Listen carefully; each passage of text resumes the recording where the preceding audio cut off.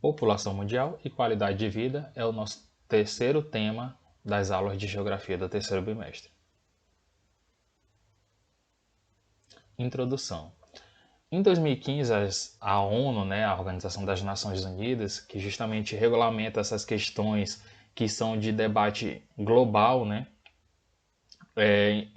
lançou um plano de ação, para justamente erradicar a pobreza.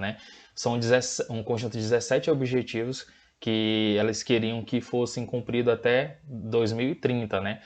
Porém, agora com a pandemia, vai ser justamente reavaliado. Afinal, a desigualdade social e a pobreza, infelizmente, aumentaram muito nesse período pandêmico. Afinal, em 2015, nós não sabíamos que teríamos essa pandemia, que já durou mais de um ano.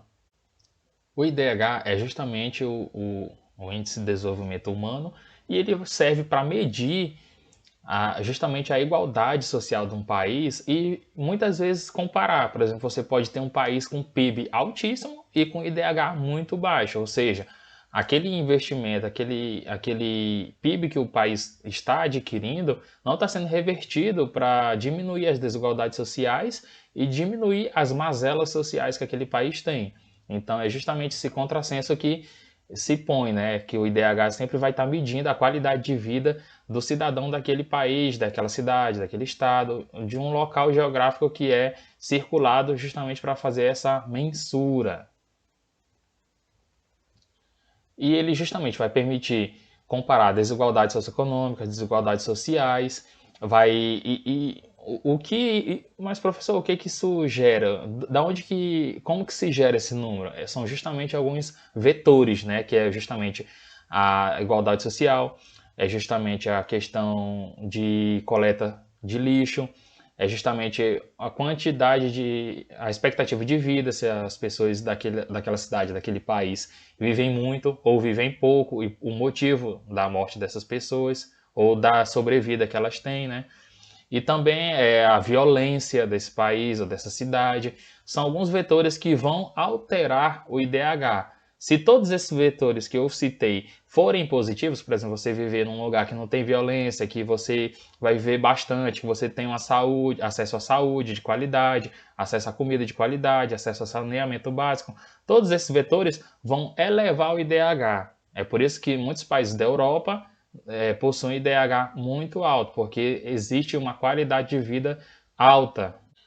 E justamente em 2011, o PNUD, que é justamente o programa da ONU de desenvolvimento, ele também implementou alguns temas que são sensíveis a justamente essa menção da qualidade de vida. Um deles agora que nós temos é justamente a desigualdade de gênero, Justamente na aula anterior eu tinha citado que um deles é justamente a desigualdade social entre o homem e a mulher, o nível de mortalidade de feminicídio, das mulheres. Então, justamente esses vetores vão sim influenciar a partir de 2011 o índice de desenvolvimento humano de um local que é mensurado pelo PNUD, E a mensura do IDH é justamente de 0 para 1, o que vai criar justamente 4 grupos, que a ONU dividiu em 4 grupos.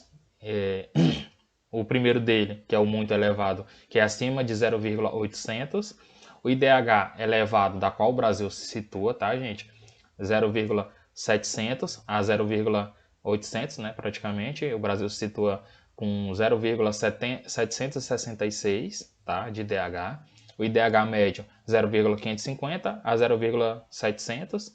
E o IDH baixo, que é abaixo de 0,550, que são países que realmente apresentam índices daqueles vetores que eu citei anteriormente muito baixos e vetores que a tendência é a piorar.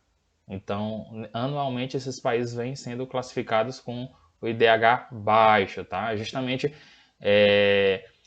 isso dá uma noção àquele país, àquela nação, aonde eles têm que atacar esses problemas sociais, econômicos e de gênero, para que o país possa ter um IDH elevado, E não só isso, quando você ataca esses problemas sociais, você vai ter uma melhora na qualidade de vida da sua população, Não é só um número que vai ser mais qualificado. E um desses números é justamente a alimentação, que é um dos vetores dos que eu tinha citado anteriormente, né? Novamente aqui as Nações Unidas, né, a ONU, na sua base de alimentação e agricultura, a FAO, ela vai fazer essa mensura da segurança alimentar. Mas professor, o que é isso?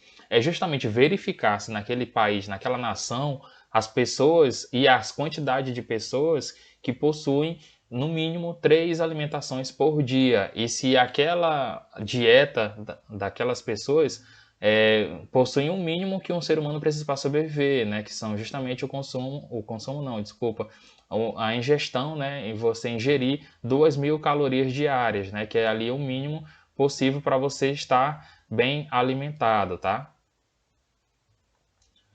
E aqui apresenta-se dados, né, sobre a questão, como eu já havia citado anteriormente no slide anterior, que o índice de segurança alimentar vem piorando, né? Algumas pessoas estão entrando em situações de insegurança alimentar, né? E isso vem sendo um problema, né? Bom, né, além da insegurança alimentar, nós temos também um mal pior ainda, que é a fome, né? Que já é o item máximo ali, o estado máximo da insegurança alimentar, né? Quando as pessoas estão em extrema pobreza, né, e entram no estado da fome, né, que é um mal diário que perseguem essas pessoas que estão em situação de extrema pobreza, né. E aqui nós temos os dados, né, que é justamente no mundo as pessoas que se enfrentam em insegurança alimentar, né, aqui no azul mais claro nós temos as que estão em situações moderadas de insegurança alimentar em 2019 e 2020, são dados mais atualizados. Infelizmente, a pandemia nós podemos observar que fez crescer esse número no mundo inteiro, né? E 2021 talvez apresente, infelizmente, dados piores, né? Isso é uma crescente no mundo, na América Latina e no Caribe e, infelizmente, também na América do Sul, né? Nós podemos ver que até em maior grau, né, de 30% saltou para 38% a porcentagem das pessoas em insegurança alimentar, né? E outro problema que nós temos relacionado à segurança alimentar é justamente o sobrepeso, né? A obesidade também. E aqui nós temos um gráfico que apresenta percentualmente e através de cores os países que possuem um nível alarmante disso e os países que estão mais tranquilos, né? O Brasil aqui nós podemos observar que tem um certo problema, né, com isso, mas não chega a ser tão grave, né? Mas agora os países que possuem uma alimentação que não são tão saudável na sua cultura, como por exemplo os países da América do Norte, eles já vão apresentar um nível mais elevado de sobrepeso, né, e de obesidade, né? Mas professor, como que você chega a esse número de sobrepeso? É justamente pelo cálculo do IMC das pessoas. Mas professor, como que se calcula o IMC? Você vai justamente pegar o peso da pessoa e vai dividir justamente pela altura em metros quadrados. E aí você chega a um número que vai definir se a pessoa está em obesidade ou sobrepeso ou simplesmente se ela está em um nível de IMC, índice de massa corpórea, razoável. E outro vetor que nós temos é justamente a relação do PIB, né, com a saúde, né?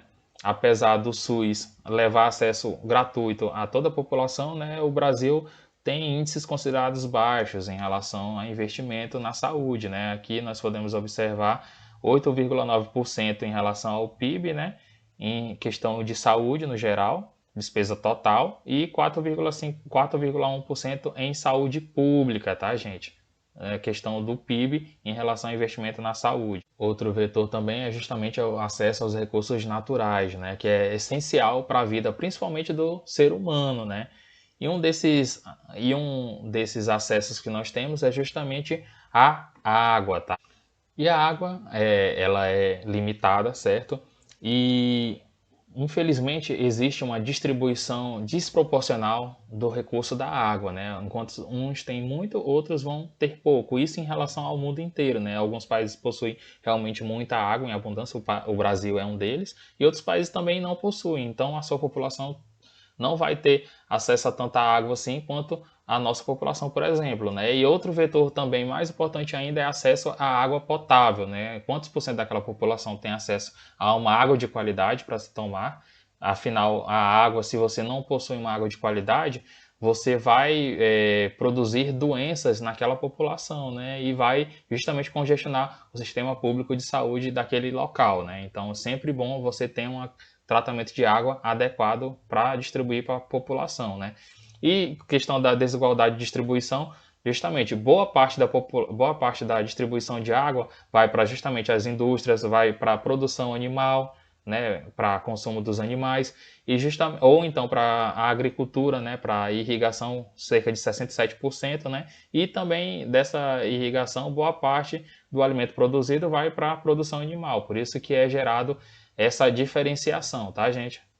A energia não é um recurso natural, né? Muitas vezes ela advém de recursos naturais, mas em si ela é uma tecnologia criada pelo homem há alguns anos atrás, né? Mas que ela é de suma importância para o nosso estilo de vida atual, né? Estima-se que 1 bilhão de pessoas no mundo inteiro não têm acesso a esse recurso, né? E 85% delas estão na zona rural. Então, um dos mecanismos que a ONU está buscando, né, um dos objetivos que a ONU busca é justamente garantir acesso à energia a todos, né? Ela faz pressões aos países e também tenta acordo para que isso seja importante, uma política pública importante para aquele país, para justamente tirar essa desigualdade em oferta energética de energia elétrica às pessoas, né? E justamente aqui na América Latina, né, na América do Sul, como nós temos bastante abundância em água, como eu disse anteriormente, muita parte da energia elétrica do nosso país vem de recursos naturais. Então o Brasil apresenta um índice muito bom, aqui ele está de verde, né? Ou seja, ele possui acima de 87,50% da sua energia de energia renovável, né? Justamente por conta das nossas hidrelétricas, né? Advém da água. Você consegue utilizá-la para gerar energia elétrica e renová-la ao mesmo tempo, né? E um problema que nós temos não só no Brasil, né, mas no mundo inteiro é a questão da distribuição de terras, né? Existem movimentos que buscam tirar essa desigualdade, seja no campo rural ou seja na zona urbana, né? Então é um problema que nós temos no mundo inteiro e aqui no Brasil não é diferente, né? Nós podemos ver os dados de acesso à moradia, né? O Brasil, por exemplo, população urbana em que vive em favelas, né, que é uma zona de moradia considerada insalubre, pois não tem condições básicas de vida humana, né, e que a ONU e diversas ONGs e diversos pessoas que militam em prol de busca de qualidade de vida tentam fazer algum programa, né, junto com o governo, de acesso à moradia de qualidade, né, justamente para buscar tirar essas pessoas de um local insalubre onde elas vivem, né? Como citei anteriormente, né, existem diversos movimentos para melhores condições de vida, né? Isso em todos os campos. Quando se trata de água, vai ter grupos que militam e buscam melhores condições de acesso à água a certos grupos que vivem à margem. Mas, professor, o que é isso, ser marginalizado?